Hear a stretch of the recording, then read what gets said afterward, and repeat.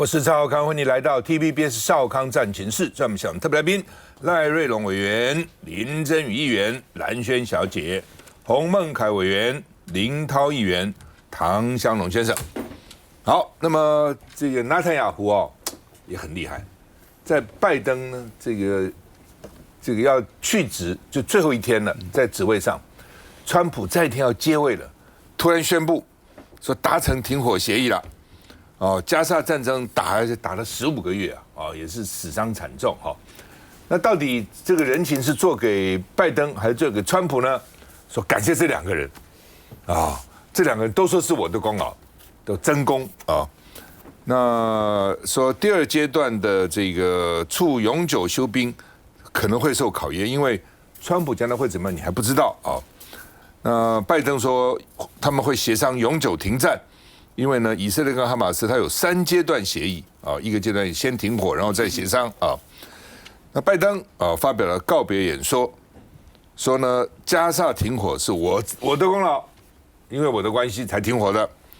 要川普不要滥用权力，你川普还没上任就搞了一堆全世界都已经这个很震惊了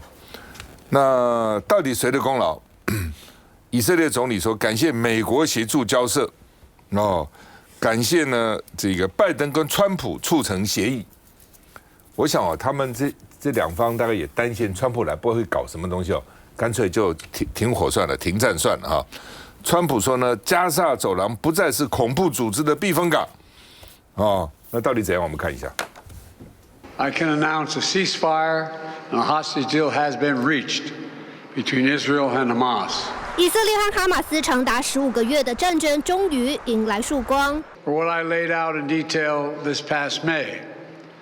which was embraced by countries around the world. 拜登周四正式宣布，以哈双方达成3阶段停火协议。第一阶段停火6周，以军将撤出加萨的人口密集区，哈马斯释放33名老弱妇孺。第二阶段永久停火，第3阶段则是将人质遗体交还家属。协议预计周日正式生效。不过，抢在拜登宣布之前，川普就在社群平台发文说协议已经达成。记者逮到机会当面质问拜登，这次功劳到底算谁的 ？Mr. President, you or Trump?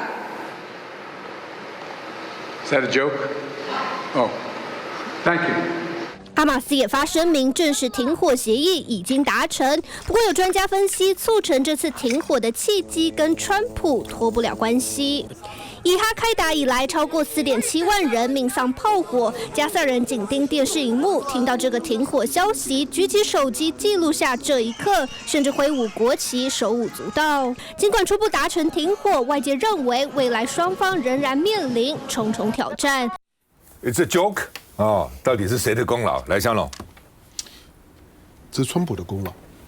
不会是拜登的功劳。拜登就是，只不过是狐假虎威的搭着川普即将要上台之前的顺风车。拜登如果有能力去解决这件事情，早解决了，不需要拖到这个时候他即将要卸任前。在卸任前，尤其是在他的第一任期在惨败之后卸任前，不会有任何人做球做面子给拜登。拜登或者是布林肯到什么地方，基本上面都是空包弹，都不会有人理。如果说在这个时候停火是一个给美国很大的面子，我为什么要在这个时候给你拜登？没有理由，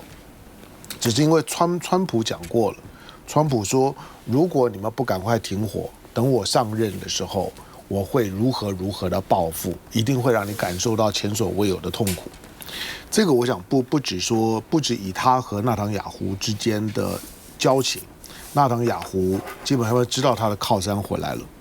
而对于加萨来讲，他也没有筹码。对加萨来说，顺着这个机会，哈马斯找个台阶下，持盈保泰，哈马斯也受到非常大的伤害。何况每个人都知道，哈马斯的背后基本上是伊朗。虽然他们是不同的教派，可是在过去的这几个月的战争里面，哈马斯、真主党，乃至于连叙利亚的阿塞德政府都已经被推翻。过去所有的在对以色列呢进行了最后抵抗的所谓的抵抗之虎，现在连伊朗都岌岌可危。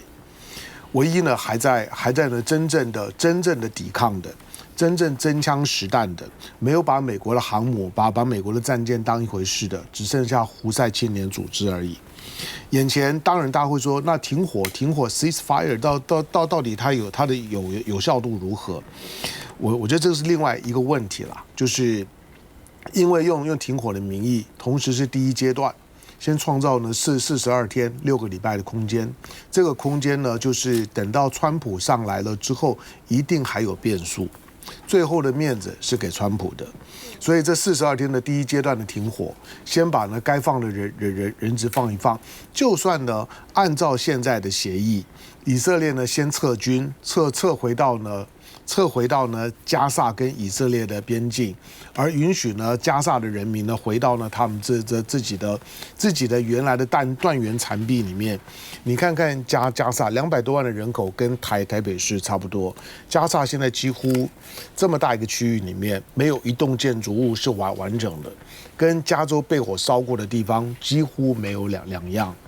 你相不相信这个停火呢是有效的？那你就回想在1999年的克林顿，同样是民主党的总统，即将卸任之前的时候，把当时的阿拉法特也一样呢找来，把以色列总理一样找来，在当时大会议里面也签了。就是呢和平协议，虽然最后没有签成，但是你知道最后根本没有人遵守这件事情。基本上面今天呢，在所有加沙的悲剧、巴勒斯坦人的悲剧，当联合国的力量越来越弱，而即将上来的川普眼睛里面不会有任何的国际秩序，没有任何的联合国，没有一个跟美国利益相违背的和平体系可以运作。在这种情况下面，不要太相信这个停火，这个停火是暂时的。好，那么另外呢，看美国哈，美国现在川普任命的这些首长一个个都在参议院要通过听证哈。那准国务卿啊，这个他呢说呢，中国呢2030年前就会打台湾啊，2030年打台湾。卢比欧啊，那因为他是这个参议员出身，所以他今天在参议院呢轻易就过关了啊，因为参议员对他都同事嘛啊。那他说支持用豪猪战略保护台湾。现在美国好几个新上任的大官呢，都把台湾打造成豪猪哦，所以豪猪就是老公的打台湾，老公也会受伤啊。那他说北京最终会在打台湾行动中获胜，但要付出的代价会太过高昂，达不到威慑的效果啊。他的意思就是说呢，北京你是可以打台湾了，但是你付的代价很大，所以你就不打了。意思是这样，我们看一下。一直以来，卢比欧对中立场强硬，他还在北京制裁名单上。卢比欧认为，美中地缘政治不平衡可能造成经贸甚至武力冲突，而两国应该努力避免这个灾难性情况。他期望和北京有成熟审慎的外交对话。对卢比欧来说，回答美国的一中政策不是难题，但他就刚好没提北京最在意的美中三公报。The U.S. policy towards the issue of Taiwan has been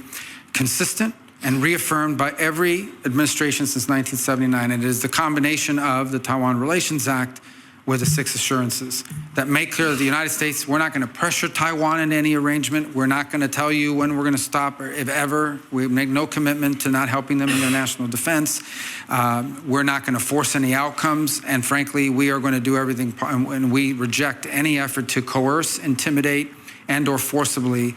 drive Taiwan to do whatever China wants them to do. 卢比欧表示，无论中国如何主张他们的一中原则，但实际是中国并没有代表台湾，因此美国必须把握每一个机会，让台湾参与国际论坛。Porcupine Taiwan,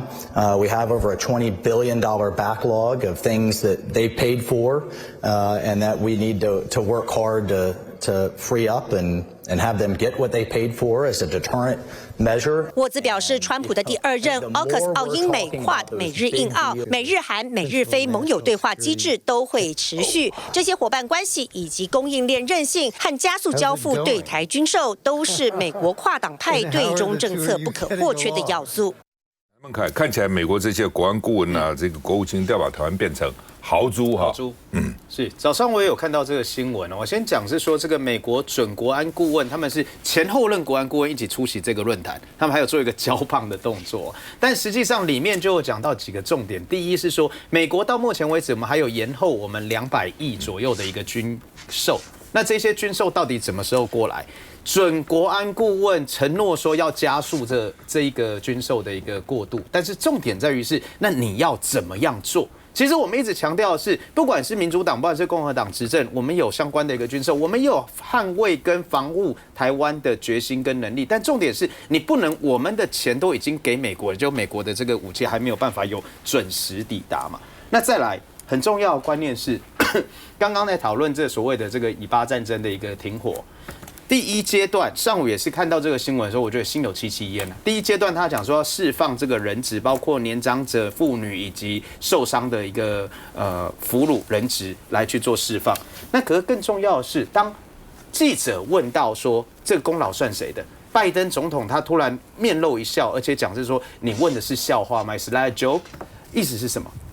意思是拜登总统可能也没有预期说记者会这样子问啊。可是更重要的是，为什么会赶在1月16号压线的时候，不管是川普，不管是拜登来互相讲是说这功劳是他的，但人民更要问，或者说以身在那里面战场里面的人更要问，哦，原来是可以控制的啊。原来我这个停火是可以在不到最后一刻的时候，你们是可以互相的角力可以控制的，不然为什么会在1月16刚好在新就任总统在交接之后？那这样的话，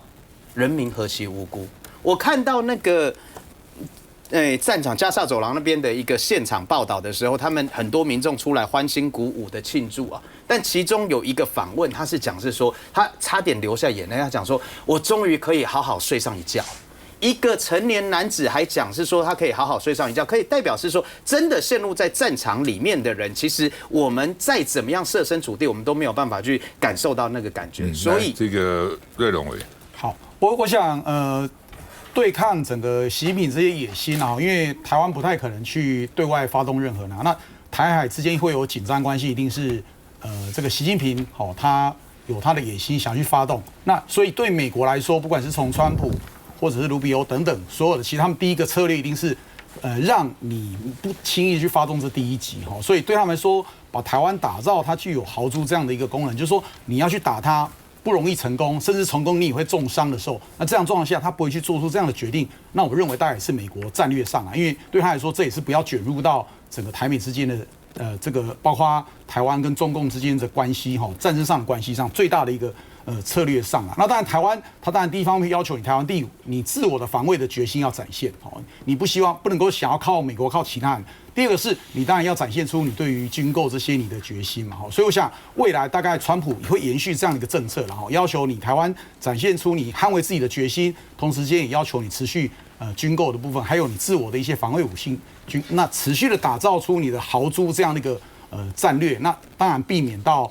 台海之间的关系紧张而导致战争，而导致美国卷入到里面。我想这个应该是最符合川普跟美国整体的利益。休息一下再回来。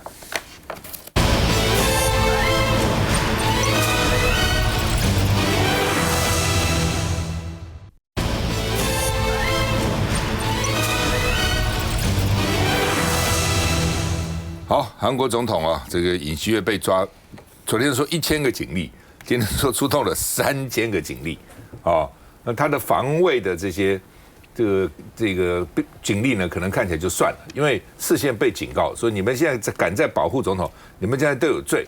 把你们退休金都拿掉，这个革你们的职，就这些想说干嘛呢？第一次还蛮神勇的，这次就算了，那而且先抓头，先把那个副处长先抓起来那尹锡悦呢，这个还写了9000字的公开信，他关在3坪的单人房总统嘛对他有优待有电视有沙发还有这个床铺可以睡觉，不是睡地上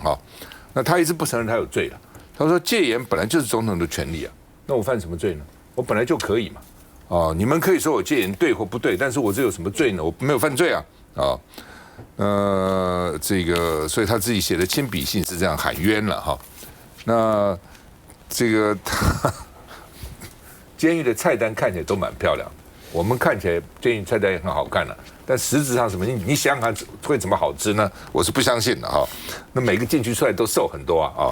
那他们说这个昨天晚餐有豆芽汤、烤牛肉、泡菜、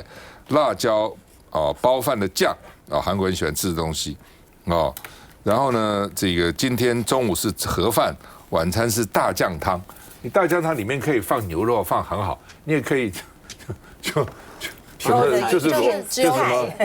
那个马铃薯就是这样，所以名称很好听了但是那个内容到底怎么样就不知道了那大家都很关切，到底是什么吃什么？这个柯文哲也是，他在中午吃什么，晚上吃什么？哇，这个看守所、监狱过年吃什么一大堆，那个名字都写得很漂亮那尹锡悦还是拒绝这个保持缄默不回答那他因为这个公调处只有48个小时，那已经1天过去了。那如果48小时问不出来，就要申请法院，最多再可以压他20天所以呢，尹锡悦说你们抓我有违法，所以法院要先审查到底逮捕他有没有违法，合不合法是不是法那这个保守派为维护尹锡悦，就是说选举是舞弊的，选举舞弊选举舞弊呢，所以我们选举才输那这个他的选举过程说包括选票的印刷机、票箱、印章选委会的开票都存在问题所以呢，他们现在不承认就跟川普的时候不承认一样那尹锡悦下场会怎么样他可能最惨是被弹劾、解职、判重刑。韩国现在是没有死刑是拖延，并没有说废死了只是暂不执行但是呢，这个刑可能还是很重的那昨天呢，这个尹锡悦那边有1层、2层、3层防线，那都被突破了最后呢就把他抓起来那国会如果弹劾他180天内，宪法法院呢需要裁定，国会通过弹劾了，那要送宪法法院然后呢180天，那他们现在2月就开始排了，成立60天要重新选举韩国总统，不成立尹锡悦就复职，这是他的弹劾。另外他被说内乱罪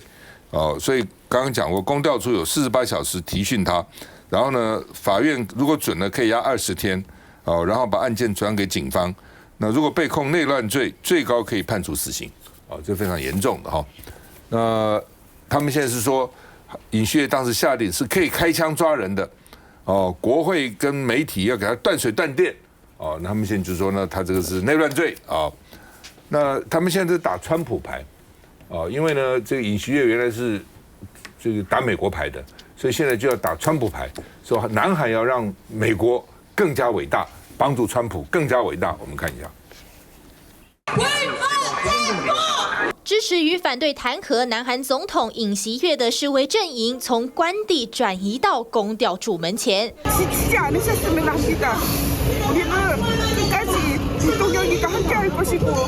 尹锡悦被捕后接受近11小时的讯问，他全程行使缄默权，还拒绝检方录影，直到南韩周3晚上9点40分被移送首尔拘留所。 내부에는 화장실과 TV, 매트리스 등 최소한의 시설이 구비되어 있는 것으로 알려졌습니다. 윤 대통령은 어젯밤 공수처에서 구치소로 이동할 때도 경호 차량을 이용했는데요. 公调处原本计划周4早上再度侦讯，没想到尹锡悦以健康情况不佳为由，要求推迟审问，改为当地下午2点进行。 다만 윤 대통령 변호인단이 어제 체포가 부당하다며 서울중앙지법에 체포적 부심을 청구한 점이 변수입니다. 检方必须在周5早上10点半前申请拘留令，现在又冒出逮捕正当性审理，尹锡悦传出可能会亲自出庭。另外，宪法法院将在16号下午展开尹锡悦弹劾案第2次庭审，14号首次开庭，尹锡悦并未出席，当庭仅4分钟就结束辩论。根据规定，如果这次他再缺席，法院将直接进行审理。他说他身体不好了蓝轩。我觉得现在看起来的话，这个南韩的状况跟我们刚刚在讨论美国的状况，我觉得是还蛮有一些关联性的。我觉得现在全球基本上来说的话呢，强硬派当道就不管是执政的强硬派，在野的强硬派，都是鹰派抬头。那尤其就执政的来说的话呢，很多的就像是他自认为是南韩的川普，川普的话就是美国的川普，然后的话呢，彼此之间都用那种非常刁钻的、专制的、霸道的方式去行使一些你想象不到的，在民主国家、民主社会里面你可以用得到的一些手法啊。所以我们刚刚在讲说，像纳坦雅胡也是一样啊，他就看准了川普要上来了，所以你说这个一方面 favor 一点点给拜登，接下来你说给川普，因为川普当初其实把这个美国驻以色列的这个使馆都放到了这个以色列，就是把这个耶路撒冷都已经放到那个地方去了，所以相当程度就是支持以色列嘛。所以我觉得这个纳坦雅胡已经看准了这个川普，如果他上来之后，后续的谈判会对他有利。就同样的，我觉得现在刚才尤其是这个尹锡悦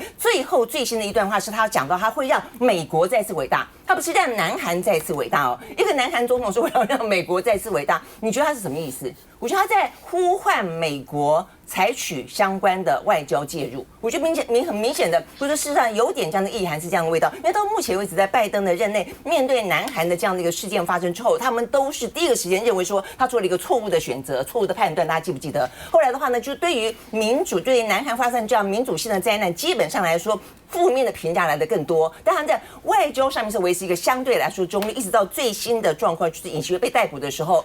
美国的说法是说美韩关系依旧不变，那他维持一个相对中立。但是呢，尹锡悦这个说法很显然的，我认为他觉得川普这个人是可被交易的。事实上，你说我们刚才讲到那么多，说这个卢比欧在国会里面呢去备询的时候，要通过这个国会听证的时候，他说，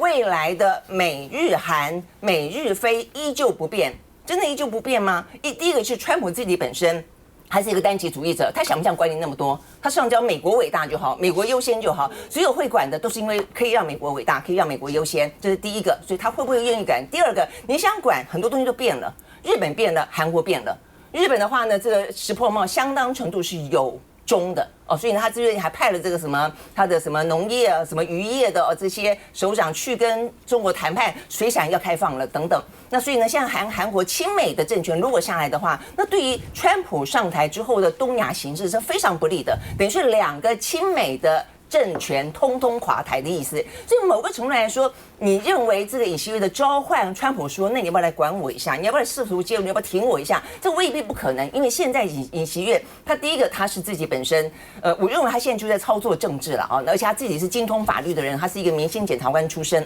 所以他现在跟你打法律战，而且他外头像他昨天持续的，他这个发表了什么9000字的长文，还录了录影带，告诉你说这是一个外部势力介入南韩，他依旧这样的讲外部势力介入南韩，所以这是一个南韩的民主上面最黑暗的一天，最丑陋的一天，我们一定要这个激起什么样的希望？然后外头甚至有人为他自焚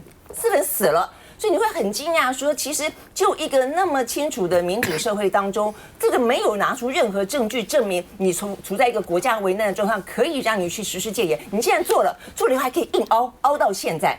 他的民调已经从原本的10几就跌到10几，他现在回到30几了。所以你去看这个情势，我真的觉得非常非常的诡异。就是说，就南韩自己的民意来说，其实未必觉得他的话完完全全不可信，因为他们可能更不信任李在明，他们可能因为李在明也有官司在缠身，所以呢，对于南韩自己本身政治来说，我觉得目前看起来面对到很大的一个挑战。同样的，在目前整个的全球的政治都在很多的政权更替的过程当中，更多的鹰派、更多的反民主的一些的领袖出来的时候，很多事情其实你说它完完全不可能发生吗？我觉得未必。目前看起来的话呢，尹锡悦显然就在赌这一把，就是说他接下来有2条路，第一个的话内乱罪他就死口否认嘛，缄默权他可以从头到尾不讲话，他可以从头到尾不讲话到整个审判结束，看你拿出什么证据来啊！我不要进行自白嘛，为什么要自证有罪呢？好，那这个部分的话呢，南韩的检方怎么应变？再来的话就是弹劾的宪法法庭，那宪法法庭的话呢，他如果他不出席呢，不出庭呢，缺席审判的话，会不会有一些争议呢？所以我觉得他现在正在运用各式各样他自己的政治的、法律的以及可能外部的情势，来让他的整个状况逆转。那如果这个样子的话呢，台湾从中间可以得到什么样的教训呢？那么多的一些所谓的民主的盟友都在专制化，都在霸道化，都在很自私的只顾自己的国家利益化。休息一下再回来。